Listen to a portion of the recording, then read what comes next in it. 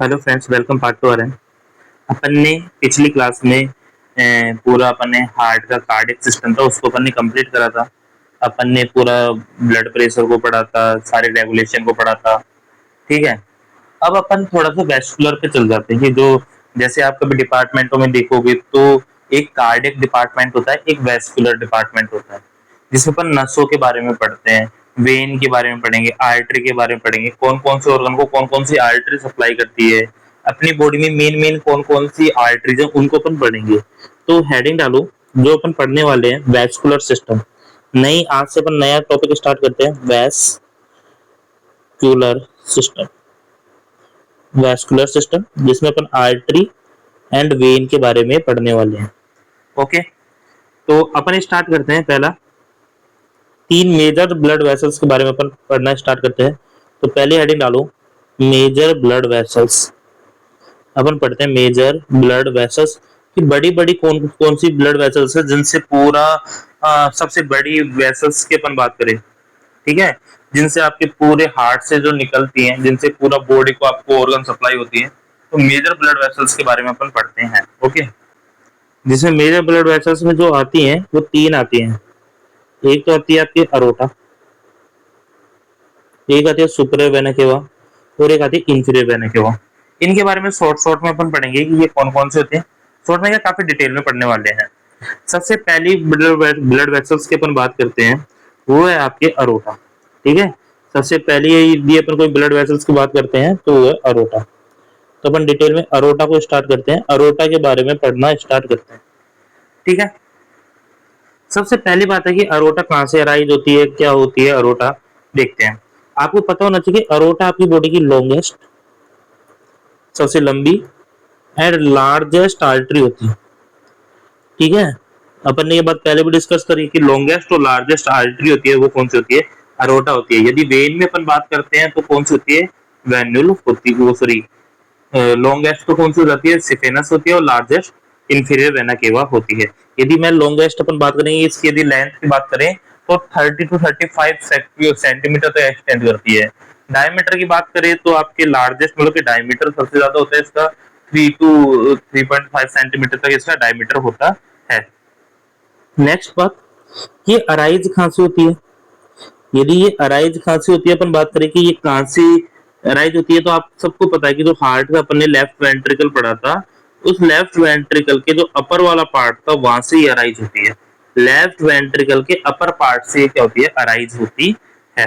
यदि अपन इसके अराइज की बात करते हैं तो अपन कह सकते हैं अपर एलवी, लेफ्ट वेंट्रिकल के अपर पार्ट से अराइज होती है। ठीक है, अरोटिक वाल्व जहां से होता है तो अरोटिक वाल्व से स्टार्ट होता है ये। ठीक है, तो वहीं से अराइज होती है। इसको और क्या कहा जाता है, इसको इलास्टिक आर्टरी भी कहा जाता है ना। तो अपन ये कह सकते हैं aorta also known as elastic artery. Aorta को इलास्टिक आर्टरी भी कहा जाता है। क्यों कहा जाता है, ये अपन ने पहले भी डिस्कस किया था कि अरोटा को इलास्टिक आर्टरी से कहा जाता है, क्योंकि देखो तीन लेयर होती है आपकी आर्टरी में, तीन लेयर होती है, tunica intima, tunica media, tunica externa. Tunica media होती है, उसमें इलास्टिक फाइबर भी होते हैं और स्मूथ मसल्स भी होते हैं। लेकिन यहाँ पे क्या होता है कि इलास्टिन फाइबर है वो तो रिच होते हैं, जो इलास्टिन फाइबर होते हैं वो आर्टरी में, अरोटा में क्या होते हैं, रिच होते हैं अरोटा में। जबकि जो स्मूथ मसल्स होती है वो यहाँ पे ऑलमोस्ट क्या होती है, एब्सेंट होती है, पुअर होती है या एब्सेंट होती है। इसलिए इसको इलास्टिक आर्टरी भी कहा जाता है, बहुत इलास्टिक होती है। इलास्टिक होनी भी चाहिए क्योंकि यहाँ पे ब्लड प्रेशर सबसे ज्यादा रहता है। बहुत ज्यादा ब्लड प्रेशर रहने की वजह से यदि ये इलास्टिक नहीं होगी ना तो रप्चर होने का डर होता है। अब ज्यादा ब्लड प्रेशर आता है तो एकदम ये फैल जाती है, तो इस तरह से ये अपना मोमेंटम को क्या करती है, कंट्रोल करके रखती है और बैलेंस रखती है। ठीक है, और आपको मैंने यहाँ पे एक इफेक्ट और बताया था, आपको याद हो तो, एक विंड केसल इफेक्ट याद है, विंड केसल इफेक्ट और अपन ने पढ़ा था। क्या था विंड केसल इफेक्ट, क्या था, विंड केसल इफेक्ट में यही बताया गया था पहले उस टाइम कि जब कोई भी आर्टरी आती है ना, आर्टरी में अरोटा में क्या होता है, ये इलास्टिक आर्टरी है, जब इसमें सिस्टोल होगा हार्ट, जब हार्ट सिस्टोल होगा तो ये ब्लड को क्या करती है, रिजर्व करती है। जब हार्ट सिस्टोल होता है तो ब्लड को रिजर्व करती है, और जब हार्ट डायस्टोल होता है, जब हार्ट आपका डायस्टोल होगा, तब ये ब्लड को क्या करती है, प्रोपल्सन करेगी, मतलब आगे बढ़ाएगी। इसको अपने विंड किसल इफेक्टिव पढ़ा था। और ये सब इसलिए होता है, ये सब इलास्टिसिटी की वजह से होता है। जब एकदम में तेजी से ब्लड आया तो वो क्या करती है, आर्टरी फैल जाती है, ब्लड को इकट्ठा करती है। और जब डायस्टोल होता है हार्ट, जब प्रेशर कम होता है, जब ब्लड को ये क्या करती है, आगे भेजती है। इसको अपने विंड किसल इफेक्ट बोला था। ठीक है, क्लियर यहाँ तक बात। अब अपन देखते हैं कि जो आपके अरोटा होते हैं, इनके भी काफी सारे पार्ट होते हैं ना। तो अपन हेडिंग डालते हैं पार्ट ऑफ अरोटा। अरोटा के भी काफी सारे क्या होते हैं, पार्ट होते हैं। काफी सारे अरोटा, देखो लॉन्गेस्ट आर्टरी है, लॉन्गेस्ट आर्टरी है अरोटा। मैंने आपको पहले बताया कि क्या है, longest artery, longest artery of human body. और इसकी जो लेंथ होती है वो 30 टू 35 सेंटीमीटर होती है, जो कि काफी सारे पार्टों में डिवाइड रहती है। 30 टू 35 सेंटीमीटर रहती है, जो कि काफी सारे पार्टों में डिवाइड होती है। जबकि मैंने बताया कि लार्जेस्ट भी होती है, लार्जेस्ट आर्टरी भी है, मतलब कि इसका जो डायमीटर है वो 1.5 टू 3 सेंटीमीटर तक रहता है। ठीक है, अभी बताऊंगा अलग अलग पार्टों का अलग अलग डायमीटर होता है, तो वो भी मैं आपको बता देता हूँ। ठीक है, जैसे देखो इसके 5 पार्ट होते हैं। यदि अपन पार्ट्स की बात करें तो इसके 5 पार्ट होते हैं। सबसे पहला पार्ट आता है असेंडिंग आर्टरी। कौन सी आती है, असेंडिंग आर्टरी। इसकी स्पेलिंग सही लिखो, ASC, असेंडिंग आर्टरी। यदि अपन दूसरी बात करें असेंडिंग आर्टरी के बाद आती है आर्क ऑफ अरोटा। एक आर्क बनता है जो आर्क ऑफ अरोटा आता है। यदि आर्क ऑफ अरोटा के बाद में बात करें तो फिर ये बन जाती है डिसेंड आर्टरी, डिसेंडिंग आर्टरी में कन्वर्ट हो जाती है। तो डिसेंडिंग आर्टरी के भी फिर दो पार्ट हो जाते हैं, थोरासिक आर्टरी, एक पढ़ेंगे अपन कि इसके भी दो पार्ट हो जाते हैं। तो थोरासिक आर्टरी होती है या थोरासिक अरोटा, और एक हो जाता है फिर आपके एब्डोमिनल अरोटा। एक तो थोरासिक अरोटा होता है और एक होता है एब्डोमिनल अरोटा। और फिर लास्ट नंबर पे इसका क्या होता है, बाइफर्केशन होता है। जो आपका अरोटा होता है वो दो पार्टों में डिवाइड हो जाता है, उसको बोलते हैं बाइफर्केशन ऑफ अरोटा। तो अलग अलग जगह इसकी अलग अलग क्या होती है, शेप्स होती है। एक एक पार्ट को अपन पढ़ेंगे कि कौन से पार्ट से कौन कौन से ब्रांचेस निकलते हैं, इनको अपन पढ़ने वाले हैं। लेकिन उससे पहले मैं आपको बता देता हूँ, एक आइडिया दे देता हूँ कि किसका डायमीटर कितना होता है। लगभग जो असेंडिंग आर्टरी है ये 5 टू 6 सेंटीमीटर लॉन्ग होती है। और यदि अपन डायमीटर की बात करें तो इसका डायमीटर सबसे ज्यादा 3 सेंटीमीटर होता है। आर्क ऑफ अरोटा की भी अपन लेंथ की बात करें तो ये भी 5 सेंटीमीटर के अबाउट इसकी लेंथ होती है, और इसका डायमीटर भी 3 सेंटीमीटर के करीब होता है। यदि अपन थोरासिक अरोटा की बात करेंगे तो ये 20 सेंटीमीटर होता है। ठीक है, एब्डोमिनल अरोटा की बात करेंगे तो 12 सेंटीमीटर होता है। डायमीटर की यदि अपन बात करें तो ये 2.5 और 2.5 थोड़ा सा कम यहाँ पे डायमीटर हो जाता है। और बाइफर्केशन की बात करें तो इसका डायमीटर 1.5 सेंटीमीटर हो जाता है। तो मतलब ऊपर से नीचे आते हैं तो डायमीटर क्या हो जाता है, कम होता जाता है। ये आपको एक्चुअल डाटा याद करने की जरूरत है नहीं, एक्चुअल डेटा याद करने की आपको जरूरत है नहीं। मैं बस एक आइडिया बता रहा हूँ कि जैसे ऊपर से नीचे आते हैं अपन, तो इनका डायमीटर है वो कम होता जाता है, अरोटा है थोड़ी नैरो होती जाती है। अब अपन एक एक पार्ट को देखते हैं, समझते हैं अच्छे से। ठीक है, सबसे पहला अपन स्टार्ट करते हैं अरोटा से, सॉरी असेंडिंग अरोटा से। असेंडिंग अरोटा क्या है वो समझते जाना आप, है ना, कहीं स्लिप मत हो जाना। पूरा वेस्कुलर सिस्टम पढ़ेंगे, कौन कौन सी कौन कौन सी आर्टरी होती है, पूरा आपकी जो बुक में दे रखा है उतना पढ़ेंगे, या उससे थोड़ा ज्यादा ही पढ़ेंगे, उससे कम पढ़ने वाले अपन नहीं है। ठीक है, असेंडिंग अरोटा की बात करते हैं तो इसमें सबसे पहले होता है कि इनिशियल आर्टरी है, हार्ट से निकलने वाली सबसे पहली यदि अपना आर्टरी की बात करेंगे तो इनिशियल, और सबसे थिकेस्ट होती है, सबसे मोटी यही है, थिकेस्ट आर्टरी होती है। आपके हार्ट से निकलने वाली सबसे पहली आर्टरी होती है वो असेंडिंग आर्टरी अरोटा ही होती है। कहां से अराइज होती है, ये अपन पहले ही पढ़ चुके हैं कि अराइज कहां से होती है, तो लेफ्ट वेंट्रिकल से होती है। कहां से होती है, लेफ्ट वेंट्रिकल से होती है। और लेफ्ट वेंट्रिकल में भी कौन सा पार्ट होता है, अपर, अपर पार्ट से निकलती है, अपर एंटीरियर पार्ट से, है ना, आगे की तरफ से निकलती है। जैसे ये यदि आपका हार्ट है तो लेफ्ट वेंट्रिकल ये है, लेफ्ट वेंट्रिकल अपर वाला पार्ट, और आगे से निकल रही है ये, और ये ऐसे क्रॉस करके निकलती है आपके हार्ट को ना, ऐसे आपके हार्ट को क्रॉस करके निकलती है, मतलब आगे से पीछे की तरफ जाती है, ये ना, ये भी याद रखना। कौन सा वाल्व इसको रेगुलेट करता है? Aortic valve. ये भी आपको पता है कि कौन सा वाल्व इसको वो करता है, मूवमेंट को कंट्रोल करेगा, एरोटिक वाल्व करेगा। और आपने पढ़ा होगा कि एरोटिक वाल्व कितना कस्पिड होते हैं? ट्राई कस्पिड होते हैं। तो कितने होते हैं? ट्राई कस्पिड वाल्व होते हैं। आपको पता है ऊपर ही रहता है मिट्रल वाल्व होता है, वो बाई कस्पिड होता है। बाकी हार्ट के जितने भी वाल्व वो ट्राई कस्पिड होते हैं। यदि अपने ट्राई कस्पिड वाल्व को अपन देखा था जिसमें 3 कस्प थे, ऊपर ए बी वाल्व जो ट्राई कस्पिड था, उसके अपन ने देखे थे एंटीरियर, पोस्टीरियर और सेप्टल लीफलेट होते थे। लेकिन जब नीचे आते थे तो राइट लेफ्ट और एक कौन सा होता था? वेंट्रिकल वाला होता था। ये 3 लीफलेट होते थे। लेकिन जो अरोटिक वाल्व अपन देखे थे तो वहां पे 3 लीफलेट अपन ने पढ़े थे। ट्राइकस्पिड वाल्व था, 3 लीफलेट पढ़े थे अपन ने, है ना। याद होगा आपको, एक तो right coronary sinus, right coronary leaflet पढ़ा था, एक पढ़ा था लेफ्ट कोरोनरी लीफलेट,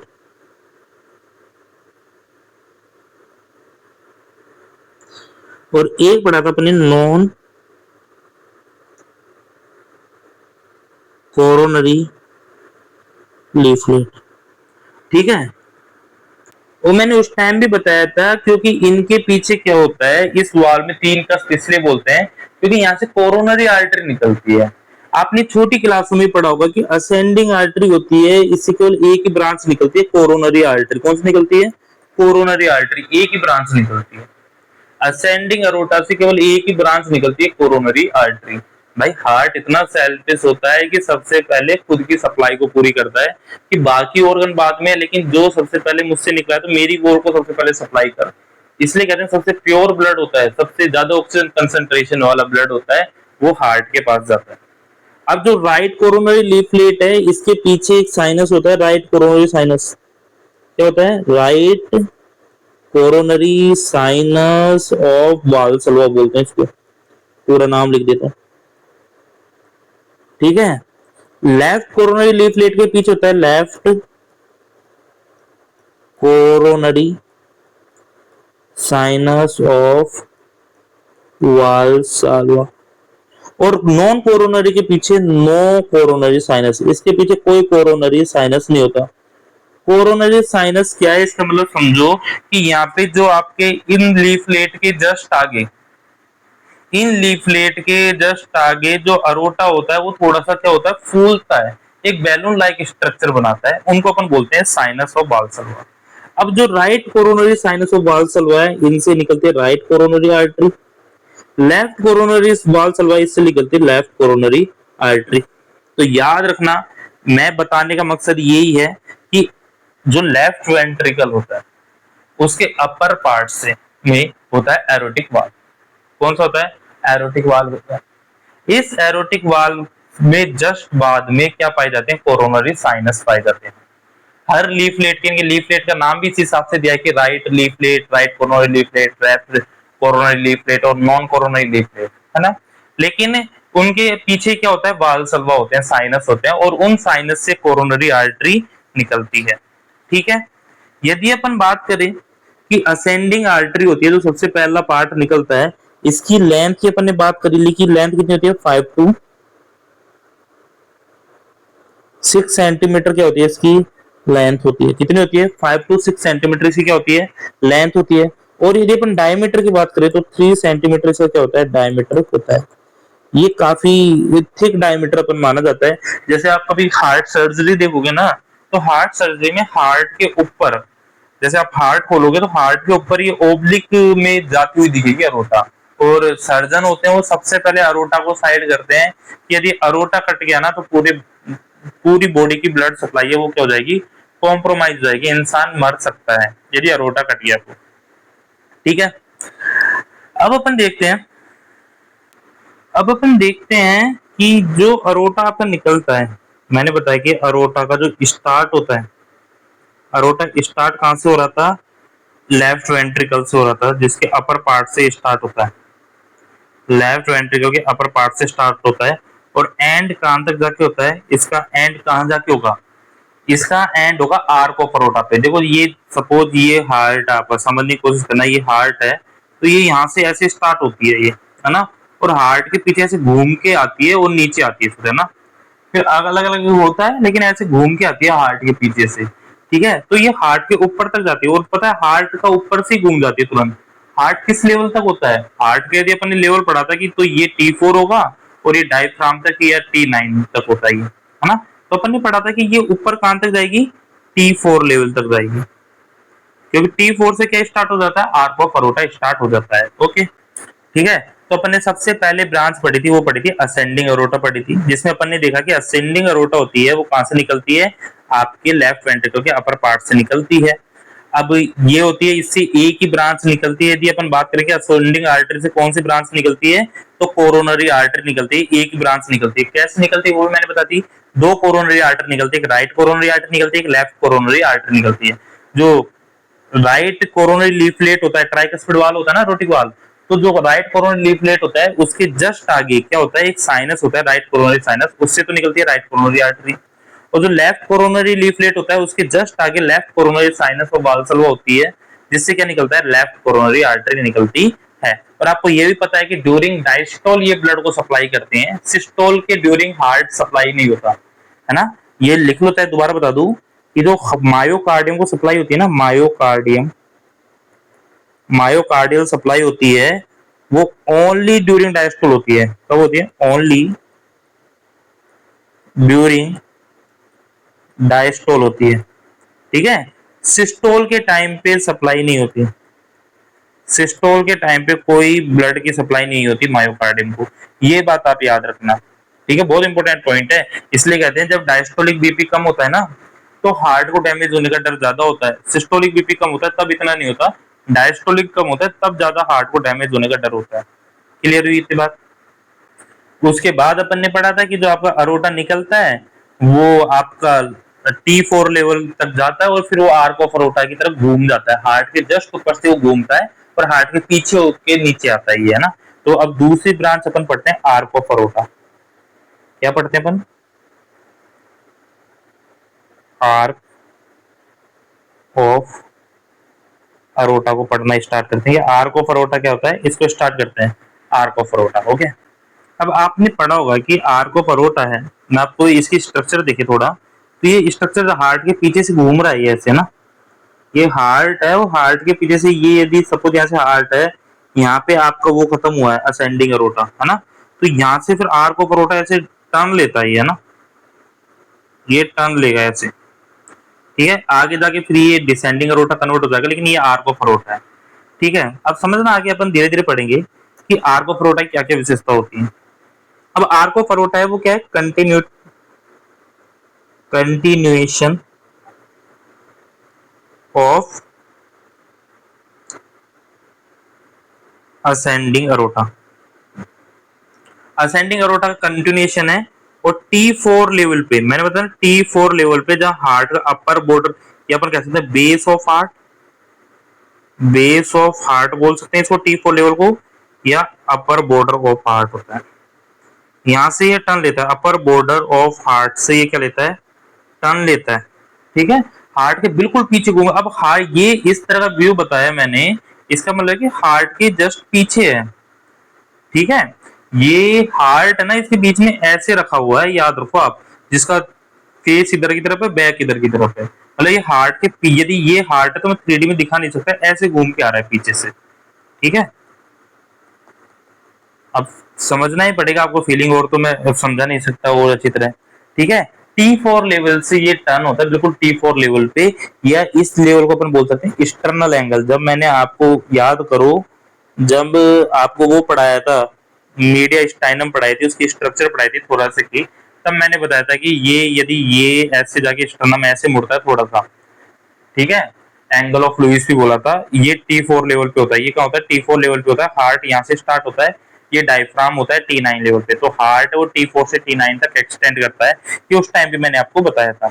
ठीक है, ये इस तरह से मूवमेंट करता है। यदि मैं अरोटा की यदि आपसे डायरेक्शन भेजें, तो लेफ्ट वेंट्रिकल है, लेफ्ट वेंट्रिकल से डायरेक्शन कैसे स्टार्ट होती है, लेफ्ट वेंट्रिकल से सुपेरियर जाता है, सुपेरियर से ये फिर क्या जाता है, पोस्टीरियर जाता है। ठीक है, सुपेरियर जाता है, ऊपर जा रहा होगा, फिर पोस्टीरियर पीछे घूमता है, और उसके बाद ये इंफीरियर आता है। ठीक है, लेफ्ट वेंट्रिकल से इस तरह से डायरेक्शन जाती है।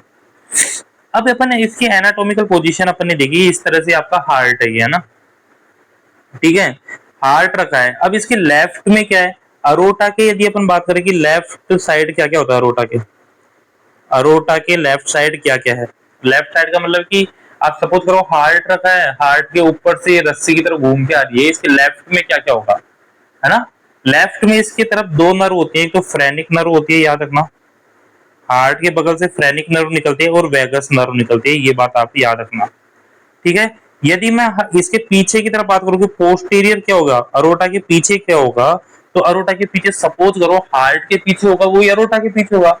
हार्ट के पीछे क्या क्या होता है, हार्ट के पीछे आपको पता होगा, आगे तो ट्रैकिया होगा, हार्ट के पहले तो ट्रैकिया आएगा, ट्रैकिया के बाद में क्या गया, ईसोफेगस आता है। तो ये भी याद रखो कि ट्रैकिया आएगा, ट्रैकिया के पीछे ईसोफेगस है, और इन सबके बीच में हार्ट और ट्रैकिया के बीच में क्या है, आपका अरोटा है। ओके, अब इससे कौन कौन सी ब्रांच निकलती है इसको अपन देख लेते हैं। सबसे पहले ये आपका अरोटा स्टार्ट हो रहा था, पहली ब्रांच निकलती है यहां से, ठीक है, पहली ब्रांच निकलती है ये, इसको बोलते हैं अपन ब्रैकियोसेफेलिक ट्रंक। क्या बोलते हैं, ब्रैकियोसेफेलिक ट्रंक बोलते हैं। इस ब्रैकियोसेफेलिक ट्रंक से आगे जाके दो ब्रांच निकलती है, ठीक है। जो ऊपर वाली है इसको बोलेंगे कॉमन कैरोटिड आर्टरी, और जो राइट में निकल रही है इसको अपन क्या बोलेंगे, इसको बोलते हैं सब क्लेविन आर्टरी।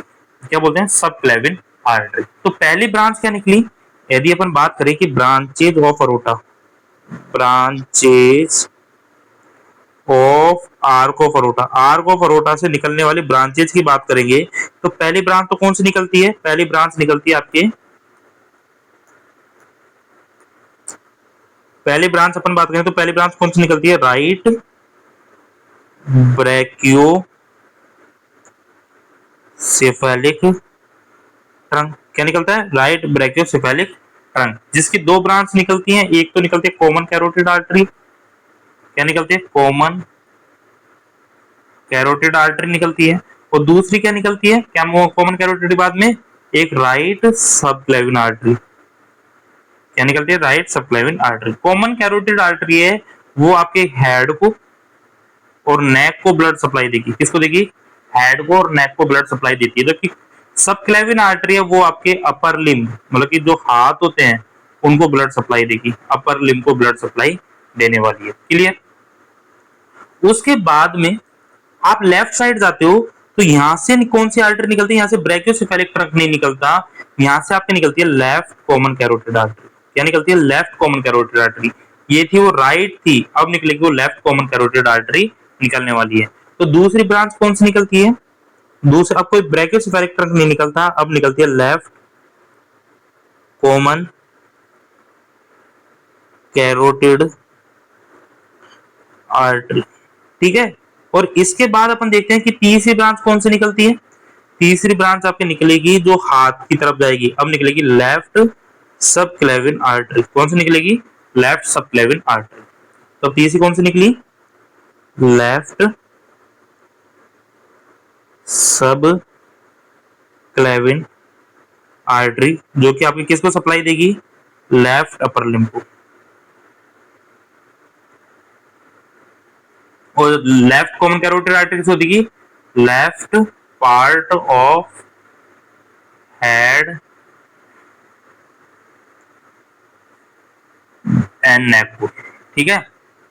तो अपन ने ये देखा कि आर्क ऑफ अरोटा है, उससे आपके ये वाला पार्ट है, ये आर्क ऑफ अरोटा है, ठीक है। ये आपके T4 लेवल पे घुमाव हो रहा है, उसी को अपन ने आर्क बोला। इससे तीन ब्रांच निकल रही है, एक तो ब्रैकियोसेफेलिक ट्रंक निकल रहा है, राइट ब्रैकियोसेफेलिक ट्रंक। क्या निकल रहा है, राइट ब्रैकियोसेफेलिक ट्रंक बोल दो या ब्रैकियोसेफेलिक आर्टरी बोल दो, है ना, ट्रंक बोल दो या आर्टरी बोल दो, एक ही बात है, ठीक है। इसमें आगे जाके ये बाइफर्निकेट होता है, बाइफर्निकेट होता है दो पार्ट में, ये तो राइट कॉमन कैरोटिड आर्टरी जो आपके ब्रेन को सप्लाई देती है, आपके नेक को सप्लाई देगी, और दूसरा सब क्लेविन आर्टरी जो आपके हाथ को सप्लाई देगी, ठीक है। लेकिन लेफ्ट में ये दोनों अलग अलग ब्रांच से निकलती है, कॉमन कैरोटिड आर्टरी अलग निकलती है, कोई ब्रैकियोसेफेलिक आर्टरी नहीं होती, अलग अलग निकलती है डायरेक्ट, है ना। लेफ्ट कॉमन कैरोटिड आर्टरी निकलती है और राइट सब सॉरी लेफ्ट सबक्लेविन आर्टरी निकलती है। इस तरह से अपन ने क्या देखा, आर्क ऑफ अरोटा देखा, जो कि आपके T4 लेवल पे होता है। कहां पे होता है? T4 लेवल पे आपको देखने को मिलेगा, जहां पे एक्सटर्नल एंगल होता है। ठीक है, अब इसके बाद में जो ये स्टार्ट हो जाता है, इसको अपन बोलते हैं डिसेंडिंग अरोटा। क्या बोलते हैं? Descending aorta. ठीक है, तो अपना जो थर्ड नंबर पे आता है उसको अपन क्या बोलते हैं? Descending aorta. डिसेंडिंग, जो थर्ड नंबर पे आता है इसको अपन क्या बोलते हैं? डिसेंडिंग अरोटा बोलते हैं। ओके, ठीक है। अब डिसेंडिंग अरोटा अपन स्टार्ट करते हैं। समझना, आप डिसेंडिंग अरोटा अब स्टार्ट होता है। Descending aorta main part descending aorta ही होता है ना। अब क्या होता है, डिसेंडिंग अरोटा में दो पार्ट होते हैं ना। एक तो अपन पढ़ेंगे थोरासिक अरोटा, इसके भी दो पार्ट होते हैं। एक तो पढ़ते हैं अपन थोरासिक अरोटा, और एक पढ़ते हैं अपन एब्डोमिनल अरोटा। क्या डिफरेंस है, ये कैसे अलग अलग हुए, इसको अपन देखते हैं आगे धीरे धीरे, कि क्या थोरासिक अरोटा कब बोलते हैं, एब्डोमिनल अरोटा कब बोलते हैं। है एक ही चीज दोनों ना, समझना। आप पता है कि डिसेंडिंग अरोटा किसका कंटिन्यूएशन है? आर्क ऑफ अरोटा खत्म हुआ है जहां से, वहां से आपका डिसेंडिंग अरोटा स्टार्ट हो गया। आर्क ऑफ अरोटा कहां पे था? यदि अपन बात करें कि स्टार्ट कहां से हुआ, तो जहां से आर्क ऑफ अरोटा खत्म हुआ। आर्क ऑफ अरोटा कहां था? T4 लेवल पे। कहां पे था? T4 लेवल पे था आर्क ऑफ अरोटा। ठीक है, तो T4 से ये स्टार्ट होते हैं। एंड कहां होता है इनका? एंड मैं आपको बताऊंगा कि जो L4 पार्ट होता है, लंबार का जो फोर्थ लंबार होता है, वहां पे जाके इसका बाइफर्केशन होता है। क्या होता है? बाइफर्केशन होता है, मतलब यह कह सकते हैं कि यहाँ पे जाके आपका अरोटा है वो खत्म हो जाता है। ठीक है, तो आप सपोज करना कि यदि अपन इसको कंटिन्यू करते हैं आगे, यदि अपन इसको आगे कंटिन्यू करते हैं, तो ये वाला पार्ट था जो आपको, मैं आपको बता रहा हूँ, एक बार क्लियर करता हूँ कि जो ये वाला पार्ट था ये खत्म हुआ है, ये T4 था। कौन सा था ये? यदि मैं थोड़ा सा रेड पेन ले वहां पे, एक मिनट। यदि अपन इस पार्ट की बात करें तो ये T4 था, और जहां पे आगे जाके ये क्या है, दो पार्टों में डिवाइड हो जाएगा। फिर इनको बोलते हैं कॉमन इलियाक आर्टरी निकलती है। दो कॉमन इलियाक आर्टरी, ये आपके right common, left common iliac artery हो जाएगी, ये राइट कॉमन इलियाक आर्टरी हो जाएगी। यहाँ पे बाइफर्केशन हो जाएगा इसका। तो ये बाइफर्केशन किस लेवल पे होता है? ये होता है आपका L4 लेवल पे होता है। किस लेवल पे होता है? L4 लेवल पे होता है। तो आपका डिसेंडिंग अरोटा की अपन बात करें तो ये T4 से L4 तक जाता है। कितने पे जाता है? T4 से L4 तक जाता है। और यदि अपन इसकी टोटल लेंथ की बात करेंगे, यदि अपन इसकी लेंथ की बात करते हैं, तो T4 से L4 तक जो लेंथ हो जाती है वो होती है 30 टू 35 सेंटीमीटर हो जाती है। कितनी हो जाती है? 30 से 35 सेंटीमीटर हो जाती है। यदि आप आगे जाके और देखते हो कि एक तो थोरासिक अरोटा होता है और एक एब्डोमिनल अरोटा होता है। थोरासिक अरोटा होता है ये 20 सेंटीमीटर का होता है, जबकि एब्डोमिनल अरोटा होता है वो आपके बचा हुआ 13 सेंटीमीटर समथिंग बचता है, वो होता है। यदि अपन बात करें थोरासिक अरोटा का डायमीटर, तो ये 2.5 सेंटीमीटर के समथिंग होता है, जबकि इसकी बात करते हैं 2 सेंटीमीटर के समथिंग इसका डायमीटर होता है एब्डोमिनल अरोटा का। ऊपर से नीचे आएंगे तो ये नैरो भी तो होता जाएगा। तो इस तरह से अपन ने मैं बताया कि डिसेंडिंग अरोटा काफी लंबा पार्ट होता है। सबसे लंबा पार्ट यदि अपन बात करें अरोटा का, तो डिसेंडिंग अरोटा होता है। कहां से? T4 से स्टार्ट हुआ आर्क ऑफ अरोटा से, तो खत्म कहां हुआ? L4 पे, जहां पे बाइफर्केशन होता है इसका। ठीक है, अब अपन देखते हैं कैसे कैसे कौन कौन सी ब्रांचेस निकलती है इससे। ये एब्डोमिनल अरोटा या थोरासिक अरोटा क्या है? ये जो मैंने आपको बताया कि भाई ये वाला पार्ट है, ये क्या है? इसका डिसेंडिंग अरोटा है। जो ये वाला पार्ट आ रहा है ये क्या है? इसका डिसेंडिंग अरोटा है। ठीक है, ये वाला पार्ट इसका डिसेंडिंग अरोटा है। क्लियर? अब एक बात समझो कि आपको पता है कि बीच में क्या होता है, T12 लेवल पे मैंने एक चीज बताई थी कि जो T12 लेवल होता है वहां पे एक स्ट्रक्चर पाई जाती है। जो T12 लेवल होता है वहां पे एक स्ट्रक्चर पाई जाती है बड़ी सारी, जिसको अपन क्या बोलते हैं? डायफ्राम। ठीक है, क्या बोलते हैं? डायफ्राम बोलते हैं। तो ये क्या है, मान लो सपोज करो ये स्ट्रक्चर है, ये क्या है? डायफ्राम है। ये क्या है? डायफ्राम है। अब सपोज करना जो डायफ्राम से ऊपर का पार्ट है उसको तो हम बोलेंगे थोरासिक अरोटा। जो डायफ्राम के ऊपर वाला पार्ट है उसको तो अपन क्या बोलेंगे? Thoracic aorta. तो डायफ्राम के जो नीचे वाला पार्ट है उसको अपन क्या बोलते हैं? Abdominal aorta. अब आपको समझ में आ गया होगा पूरा कि थोरासिक अरोटा, एब्डोमिनल अरोटा क्या है। जो डायफ्राम के ऊपर वाला पार्ट है उसको बोलते हैं थोरासिक अरोटा, जो डायफ्राम के नीचे वाला पार्ट है उसको बोलते हैं एब्डोमिनल अरोटा। याद करो कि डायफ्राम हर वो स्ट्रक्चर, आपकी बॉडी में एक ही डायफ्राम नहीं है ये। अपन कहते हैं ना डायफ्राम, भाई ये मानते हैं सबसे बड़ा डायफ्राम ये है। डायफ्राम हर वो स्ट्रक्चर है जो दो कैविटी को अलग करता है। यहाँ भी आप देख रहे हो ये लार्जेस्ट डायफ्राम होता है, जो रेस्पिरेटरी डायफ्राम है वो लार्जेस्ट डायफ्राम होता है ना। जो आपकी थोरासिक कैविटी एब्डोमिनल कैविटी को अलग करता है। नहीं, आपकी यूरोजेनिटल डायफ्राम, आपके काफी सारे आपकी बॉडी में डायफ्राम पाए जाते हैं, 8-9 डायफ्राम पाए जाते हैं, अपन आगे देखेंगे। ठीक है, तो ये डायफ्राम के जो ऊपर वाला पार्ट है उसको अपन बोलते हैं थोरासिक अरोटा, और नीचे वाला अरोटा है उसको बोलते हैं एब्डोमिनल अरोटा। क्लियर हुई ये बात? अब अपन देखते हैं पहले थोरासिक अरोटा को, कि थोरासिक अरोटा से कौन कौन से ब्रांच निकल रही हैं, उनको अपन देखते हैं। तो पहला पढ़ते हैं, इसी का डिसेंडिंग अरोटा का पहला पार्ट है थोरासिक अरोटा। जो थोरैक्स कैविटी में उसको थोरासिक अरोटा बोल दिया।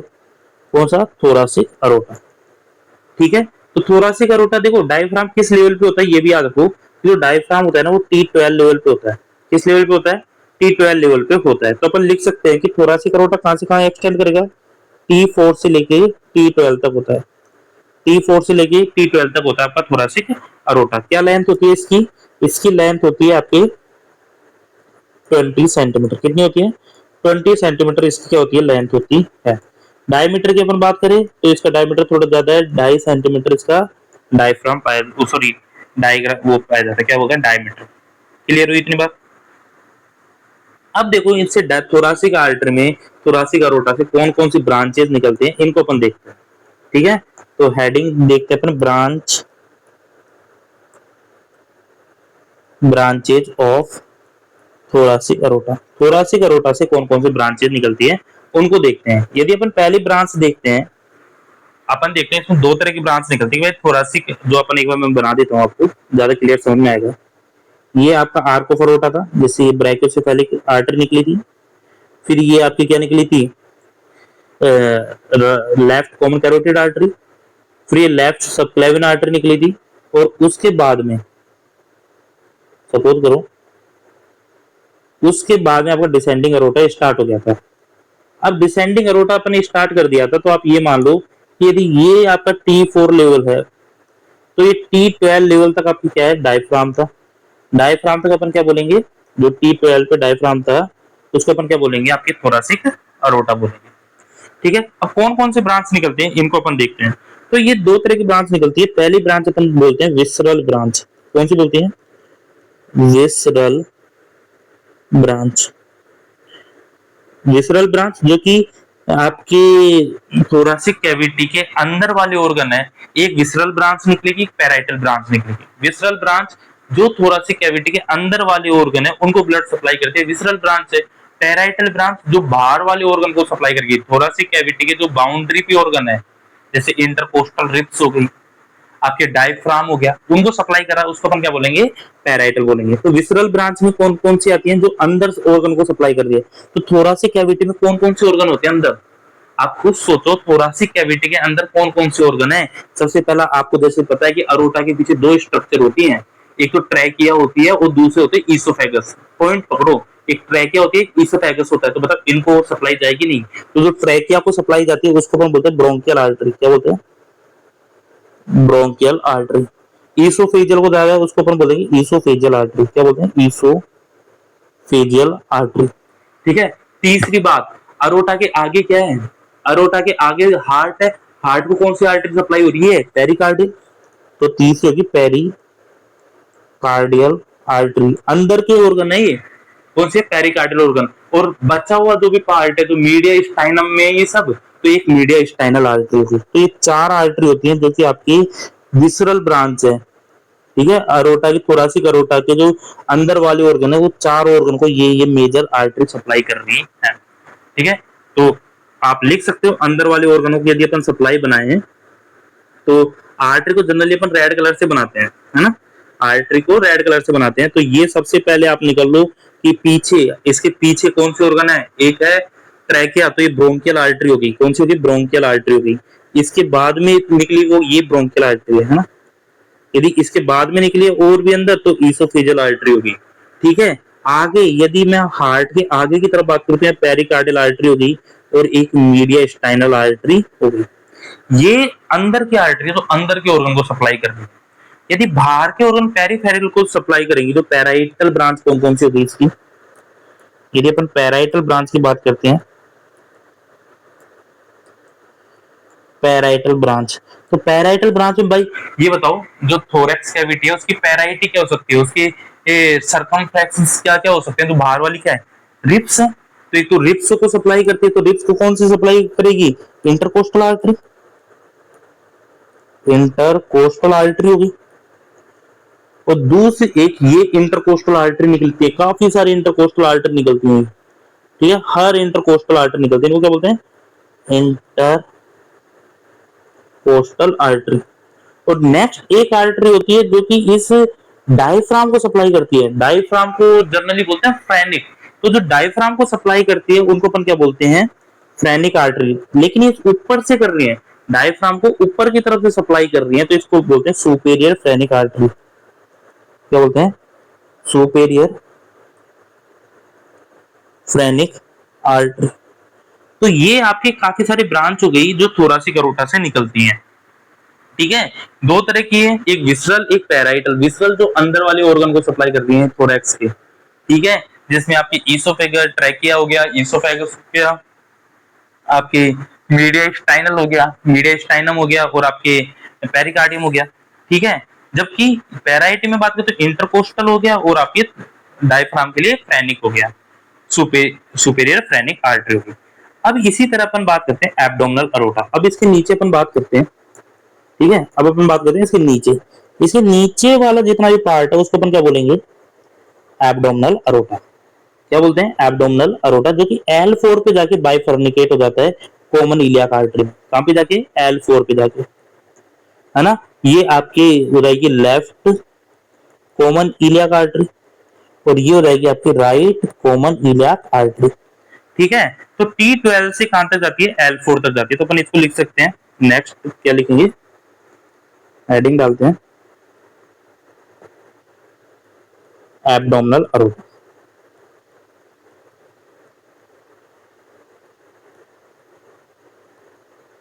एब्डोमिनल अरोटा कहां से कहां तक होता है? ये होगा आपका T12 से लेके कहां तक होगा? L4 तक होगा।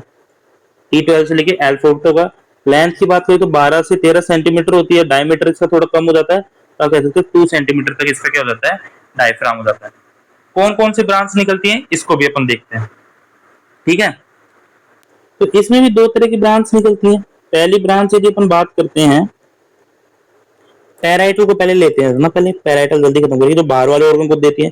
एक तो होती है पैराइटल ब्रांच।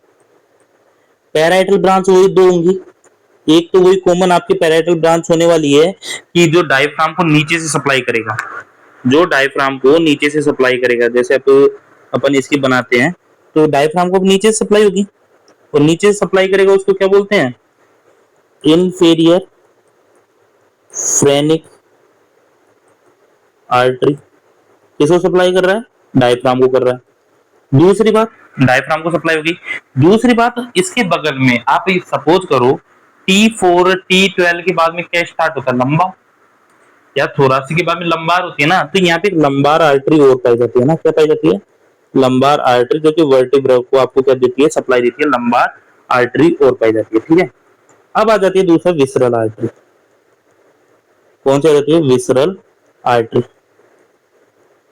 अब विसरल आर्टरी के भी यहाँ पे दो पार्ट हो जाते हैं। इंटरेस्टिंग बात है, विसरल आर्टरी के भी दो पार्ट हो जाते हैं यहाँ पे। विसरल के भी दो पार्ट कैसे? एक हो जाती है पेयर, पेयर जो पेयर में निकलती है राइट लेफ्ट में, और एक हो जाती है अनपेयर। पेयर क्या है? आप जैसे यहाँ से निकलोगे ना, जैसे थोड़े से एब्डोमिन नीचे आओगे, तो यहाँ पे एक निकलेगी, सबसे पहले रीनल आता है। T12 लेवल पे बात करें तो किडनी होती है, तो इधर भी निकलेगी, इधर भी निकलेगी। इनको बोलते हैं अपन सुपरा रीनल आर्टरी। क्या बोलते हैं? सुपरा रीनल आर्टरी निकलती है।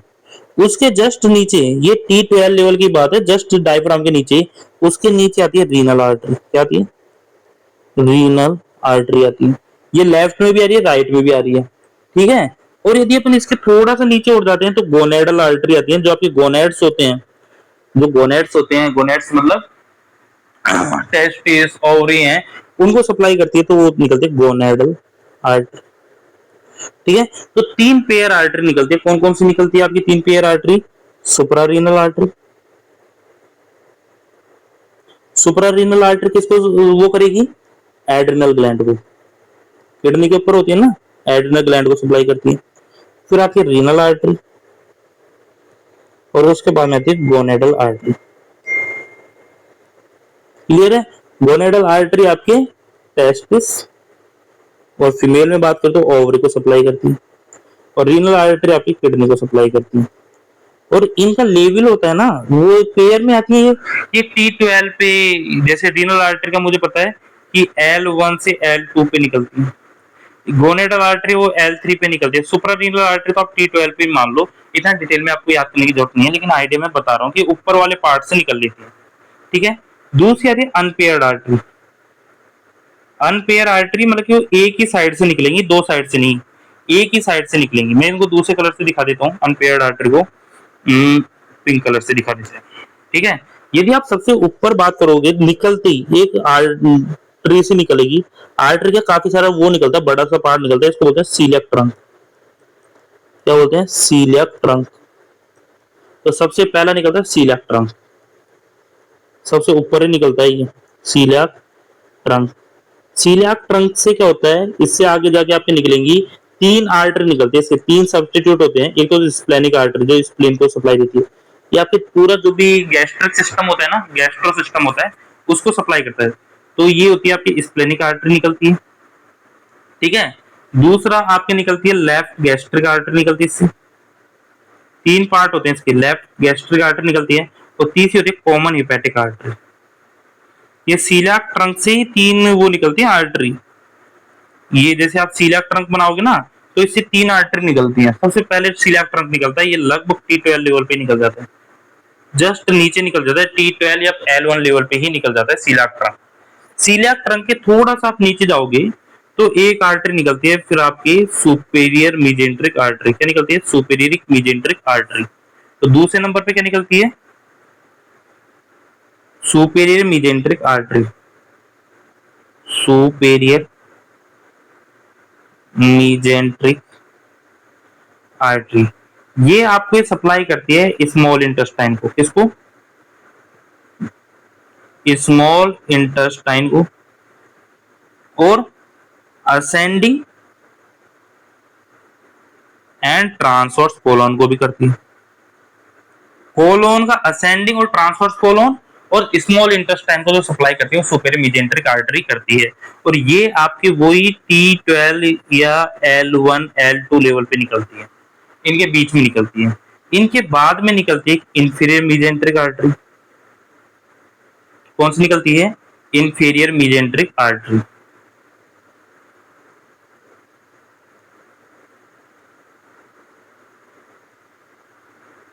Inferior मीजेंट्रिक artery. और ये इंफीरियर मीजेंट्रिक आर्टरी है, वो आपके ब्लड सप्लाई किसको करती है? लार्ज इंटेस्टाइन को। किसको? लार्ज इंटेस्टाइन को। लार्ज इंटेस्टाइन का कौन सा पार्ट? आपके रेक्टम वाला पार्ट या डिसेंडिंग कोलोन वाला पार्ट, इसको ये सप्लाई करती है। ठीक है। तो इस तरह से अपन ने देखा कि इसको किन कौन कौन सी आर्टरी है वो सप्लाई करती हैं, कौन कौन सी इनकी ब्रांच निकलती है, वो अपन ने देखा। विसरल देख लिया, पैराइटल देखा था पहले, जिसमें एक डायफ्राम वाली निकल गई थी, एक लंबार को निकल गई थी। विसरल में है तो तीन पेयर्ड है, जिसमें आपके रीनल, सुप्रारीनल और गोनेडल आर्टरी। और जो अनपेयर्ड है उसमें सारी गैस्ट्रिक सिस्टम से रिलेटेड है। सुपीरियर मीजेंट्रिक आर्टरी ये भी गैस्ट्रिक है, इंफीरियर मीजेंट्रिक आर्टरी ये भी गैस्ट्रिक से रिलेटेड है। सीलियक ट्रंक, सबसे बड़ा ट्रंक है गैस्ट्रिक का, वो सीलियक ट्रंक ही है, वो भी आपके गैस्ट्रिक से रिलेटेड है। ठीक है। तो इस तरह से अपन ने ये पढ़ा। अब ठीक है, अब अपना लास्ट पार्ट आता है। जैसे अपन ने सबसे पहले पढ़ा था क्या? असेंडिंग अरोटा, फिर अपन ने पढ़ा था आर्क ऑफ अरोटा, उसके बाद में अपन ने पढ़ा डिसेंडिंग अरोटा। और डिसेंडिंग अरोटा में आपने देखा कि L4 पे जाके ये दो पार्टों में डिवाइड हो गया। इस दो पार्ट में डिवाइड होने को क्या बोलते हैं? बाइफर्केशन बोलते हैं। तो लास्ट अपन पढ़ते हैं 4 नंबर पे बाइफर्केशन ऑफ अरोटा। ठीक है, क्या पढ़ते हैं? Bifurcation of aorta.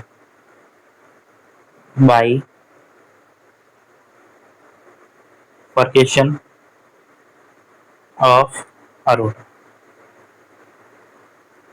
अरोटा दो भागों में टूटता है। किस लेवल पे टूटता है? L4 लेवल पे। L4 लेवल पे दो पार्टों में क्या होता है? ब्रेक होता है, दो ब्रांच निकलती हैं, जिसमें ये एंड ऑफ अरोटा भी इसको बोल सकते हैं। इसको बोलते हैं end of aorta. L4 level पे होता है। L4 लेवल को अपन यदि सरफेस लैंड मार्किंग करते हैं ना, L4 की कहाँ होता है आपको बाहर से देखना है। L4 कहाँ होता है?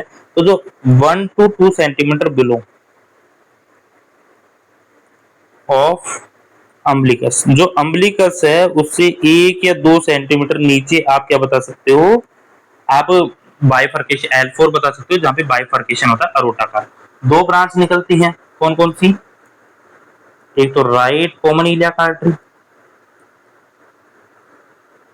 Right common iliac artery. एक होती है आपकी लेफ्ट कॉमन इलियाक आर्टरी, ठीक है। एक राइट कॉमन इलियाक आर्टरी, एक लेफ्ट कॉमन इलियाक आर्टरी। फिर आगे जाके बताएंगे कि ये भी दो पार्टों में डिवाइड हो जाती है, तो एक्सटर्नल एक्सटर्नल इलियाक आर्टरी, एक इंटरनल इलियाक आर्टरी। आपको आगे जाके बताएंगे जो एक्सटर्नल इलियाक आर्टरी होती है ये आपके लैग को सप्लाई करती है, क्योंकि इंटरनल होती है ये आपके पेल्विक ऑर्गन को सप्लाई करती है, ठीक है। लेकिन अभी नहीं, आगे जाके देखेंगे कि L5 जो सैक्रोइलियाक जॉइंट होती है वहां पे जाके राइट कॉमन इलियाक आर्टरी या लेफ्ट कॉमन इलियाक आर्टरी होती है, इनका भी क्या हो जाता है, बाइफर्केशन हो जाता है। इनका भी बाइफर्केशन होता है सैक्रोइलियाक जॉइंट पे। जो इंटरनल इलियाक आर्टरी होती है वो आपके पेल्विक ऑर्गन को सप्लाई करती है। जो पेल्विक ऑर्गन आ जाते हैं ना, जितने भी आपके जो भी इस्चियम सिक्रल, इसमें काफी सारी आर्टरी आएंगी, जो कि एक्सटर्नल इलियाक आर्टरी जो आपकी लिम्फ को सप्लाई कर देगी, आपके पैर को सप्लाई करेगी, वो एक्सटर्नल इलियाक आर्टरी, जिसमें आगे जाके फेमोरल आर्टरी आ जाती है, पॉप्लेटल आर्टरी आ जाती है, डोर्सल पैराइटिस आर्टरी आ जाती है, वो सब इसमें आती है। क्लियर हुई इतनी बात? तो इस चीज को अपन बोलते हैं क्या, बाइफर्केशन ऑफ अरोटा। कहां पे होता है? L4 लेवल पे होता है, अम्बिलिकस के 1 या 2 सेंटीमीटर नीचे। अब देखो इस अरोटा के कुछ डिसऑर्डर होते हैं, अपन इनको देख लेते हैं। डिसऑर्डर होते हैं अरोटा के, कुछ डिसऑर्डर भी होते हैं, मेन देख लेते हैं। Disorder of aorta, disorder of aorta, जिसमें पहला डिसऑर्डर आता है, बहुत इंपॉर्टेंट है, एनेयूरिज्म। क्या होता है? एनेयूरिज्म। एनेयूरिज्म होता क्या है? देखो वैसे अपन सेकंड ईयर में पढ़ेंगे इनको डिटेल में मेडिसिन में। एनेयूरिज्म होता है dilation of artery, dilation of artery due to loss of elastin and muscles strength. Muscles की स्ट्रेंथ वीक हो जाती है, या ट्यूनिका ओवरऑल बोलते हैं ट्यूनिका मीडिया का डिसऑर्डर होता है। ट्यूनिका मीडिया के डिसऑर्डर की वजह से क्या होता है कि आपकी जो आर्टरी होती है वो नॉर्मल आर्टरी ऐसे चल रही होती है, एक नॉर्मल आर्टरी ऐसी होती है, लेकिन बीच में से यहाँ पे से आर्टरी की मसल्स डैमेज हो गई, आर्टरी वीक हो गई, तो आर्टरी यहाँ से ऐसे फूल जाएगी।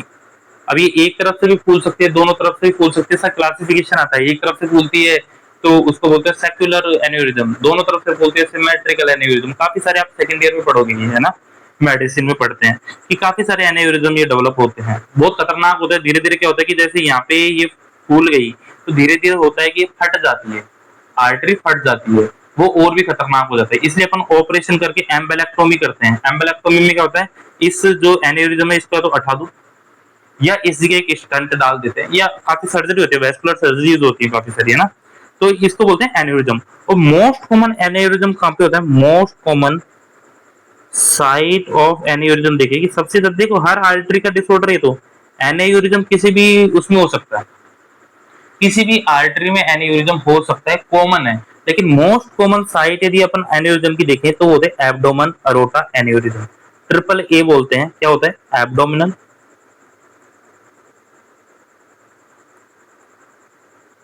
अरोटा एन्यूरिज्म, ठीक है, एन्यूरिज्म बोलते हैं एब्डोमिनल अरोटा एन्यूरिज्म। जब एब्डोमिनल अरोटा होता है ना, वहां पे सबसे ज्यादा चांस होते हैं एन्यूरिज्म होने के। एन्यूरिज्म होता है डायलेशन ऑफ आर्टरी, फूल जाना। कितना फूल जाना? नॉर्मल डायमीटर का 1.5 टाइम्स यदि ज्यादा हो जाता है डायमीटर नॉर्मल आर्टरी, तो उसको बंद क्या बोलते हैं? एन्यूरिज्म बोलते हैं। तो पहला तो ये हो गया कि मोस्ट कॉमन साइट कौन सी होती है एन्यूरिज्म की, वो थी एब्डोमेन अरोटा। पहली चीज तो मुझे ये बतानी थी, ओके। दूसरा मुझे बताना था एथेरोस्क्लेरोसिस, दूसरा बताना है। ये सब अपन देखो थोड़ा थोड़ा मैं आइडिया दे रहा हूँ, वैसे आपको डिटेल में ये आपको सारा सेकंड ईयर में पढ़ोगे। एथेरोस्क्लेरोसिस, एथेरोस्क्लेरोसिस तो आप सब जानते हो कि ब्लॉक आना, आर्टरीज में जो ब्लॉक आ जाता है ना, ब्लॉकेज ऑफ आर्टरी हो जाती है, ब्लॉकेज ऑफ आर्टरी, उसको अपन बोलते हैं एथेरोस्क्लेरोसिस। सपोज ये कोई आर्टरी है और आपको पता है कि बीच में ब्लॉकेज आ गया, या इसको कई बार अपन प्लाक भी बोल देते हैं, क्या बोल देते हैं, प्लाक भी बोल देते हैं। तो इसको अपन क्या बोलते हैं, एथेरोस्क्लेरोसिस बोलते हैं। टर्म क्या बोलते हैं, एथेरोस्क्लेरोसिस। कैसे होता है, ये मैंने आपको पहले भी बताया था कि जैसे यहाँ पे टर्बुलेंस आता है, यहाँ पे इसकी एंडोथेलियम डैमेज हो जाती है, तो कोलेजन एक्सपोजर होता है, तो बोन विलब्रेन फैक्टर होता है जो उस प्लेटलेट को उनसे अटैच कर देता है। अब जब प्लेटलेट अटैच हो जाती है, वहां पे प्लेटलेट का क्या बन जाता है, क्लस्टर बन जाता है। फिर वहां पे आपके फैट वेट आके और जमा होने लगते हैं, तो ये पूरा ब्लॉक कर देता है आर्टरी को, है ना। आर्टरी को ये कर देता है, ब्लॉक कर देता है। नॉर्मली कोरोनरी आर्टरी में देखा जाता है, कोरोनरी स्क्लेरोसिस देखा जाता है, ठीक है। लेकिन यदि एथेरोस्क्लेरोसिस की भी मोस्ट कॉमन साइट देखी जाती है, मोस्ट कॉमन साइट जहाँ पे एथेरोस्क्लेरोसिस देखने को मिलता है वो कोरोनरी आर्टरी में नहीं मिलता। कोरोनरी आर्टरी में मिलता है जब हार्ट अटैक आ जाता है, कॉमन बीमारी है। लेकिन मोस्ट कॉमन साइट यदि अपन देखें तो वो होती है आपकी कौन सा, बाइफर्केशन होता है ना, बाइफर्केशन ऑफ अरोटा होता है, वहां पे देखने को मिलता है। मोस्ट कॉमन साइट है बाइफर्केशन ऑफ अरोटा पे। कहाँ पे, बाइफर्केशन जो अरोटा होता है वो मोस्ट कॉमन साइट होती है एथेरोस्क्लेरोसिस। यदि बाइफर्केशन ऑफ अरोटा आपके ऑप्शन में नहीं है तो आपका ऑप्शन जाएगा एब्डोमिनल अरोटा। क्या जाएगा, एब्डोमिनल अरोटा। ये सेकंड प्रायोरिटी है, ये सेकंड प्रायोरिटी है। फर्स्ट तो आपकी यही होने वाली है, फर्स्ट प्रायोरिटी तो आपकी यही होने वाली है बाइफर्केशन, क्योंकि यहाँ पे बीपी टर्बुलेंस बहुत ज्यादा होता है, एकदम दो पार्ट में डिवाइड हो जाता है पूरा अरोटा का ब्लड सप्लाई। बट बाइफर्केशन पे बहुत ज्यादा एथेरोस्क्लेरोसिस मोस्ट कॉमन साइट है, ठीक है। इसकी वजह से आपकी जो लोअर ऑर्गन की जो ब्लड सप्लाई होती है ना, वो अफेक्ट होती है। इफेक्ट क्या होती है, effect of lower limb supply. Lower limb की जो सप्लाई होती है वो क्या होती है, इफेक्ट होती है, जिसको अपन एक बहुत अच्छा नाम देते हैं, लहरिक सिंड्रोम। क्या बोलते हैं, लहरिक सिंड्रोम, लहरिक सिंड्रोम। इस बीमारी को अपन क्या बोलते हैं, लहरिक सिंड्रोम बोलते हैं। क्लियर। वैसे मैं बता रहा हूँ अभी इतना डिटेल की जरूरत नहीं है, लेकिन फिर भी आया तो अपन ने पढ़ लिया। तो इस तरह से अपन ने अरोटा को पूरे डिटेल में आज पढ़ा, ठीक है। अब अरोटा से रिलेटेड कोई भी क्वेश्चन आते हैं आप कर दोगे। बाकी इससे रिलेटेड जो बीमारी है इसको अपन सेकंड ईयर में पढ़ने वाले हैं। देखो मैं छोटा सा भी पढ़ा सकता था आपको, लेकिन एक बार सोच लिया कि डिटेल में पढ़ाना है पूरा एनाटॉमी, ये तो मैं आपको पूरा डिटेल में पढ़ाना चाह रहा हूँ, ठीक है। अब आपके जितना थोड़ा सा भी याद रहता है वो सफिशियंट है। फर्स्ट ईयर का कोई भी क्वेश्चन इस चैप्टर से बाहर नहीं जाएगा। चैप्टर थोड़ा लंबा हो गया, कार्डिक सिस्टम है थोड़ा लंबा है, उसके लिए सॉरी। लेकिन आप डेली की एक वीडियो भी देख रहे हो, 1.5 पे करके एक वीडियो भी आप देख रहे हो ना डेली की, तो बहुत है वो। इतनी नॉलेज मिल जाएगी आपको आगे जाके, जब कंपटीशन है आपको बहुत सिंपल लगेगी नर्सिंग। ओके, आज के लिए थैंक यू सर। लंबी हो गई क्लास इसके लिए सॉरी, ठीक है। बट मैं मेरी तरफ से बहुत छोटी करने की कोशिश कर रहा हूँ। आप 1.5 की स्पीड पे करके देखो, है ना, अच्छे समझ में आएगा, क्योंकि मेरी स्पीड थोड़ा स्लो है। ओके।